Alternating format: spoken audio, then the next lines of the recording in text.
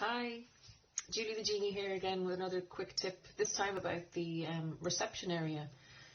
I notice when I'm visiting a lot of schools that the reception area tends sometimes to be very unclear when you arrive at the building what it is you're supposed to do. Do you approach the secretary, or do you wait for them to come to you, or should you sign in? There's all sorts of things that happen in schools, and they become so normal to that school that they kind of expect people to know. But as a visitor, I think it's important that there's some kind of signage in a kind of a polite way that tells you what you should do. And it doesn't mean boring kind of black and white. It could be branded, colourful, creative signage that sort of gives a boundary for where the person arriving should sit or wait or whatever it is that your school protocol is.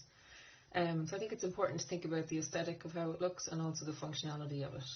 Okay, so if you have any questions related to your school or your workplace,